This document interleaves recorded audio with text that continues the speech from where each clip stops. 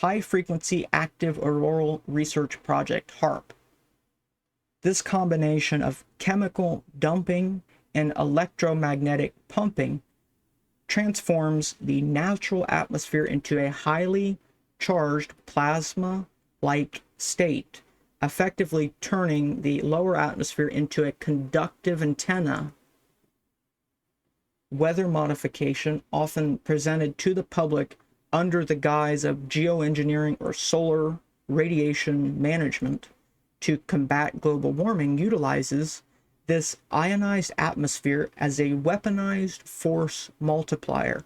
Ionospheric heaters boil specific regions of the ionosphere, creating high pressure areas that pull the stratosphere and the troposphere upward.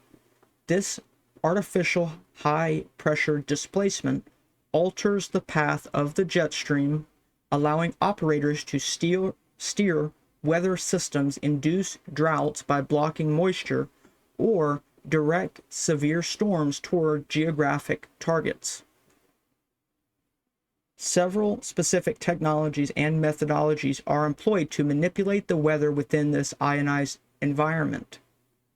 The first is scalar interferometry.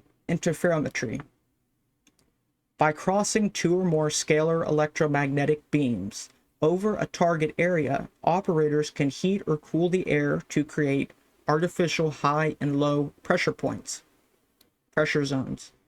This technique can entrain jet streams, steer hurricanes, and even create plasma orbs that serve as marker beacons for precise targeting.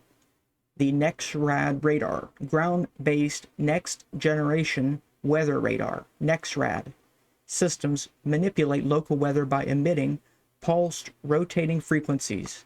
When these frequencies strike moisture and conductive nanoparticles, they can create severe wind shear, transforming artificial precipitation into supercells and triggering multiple simultaneous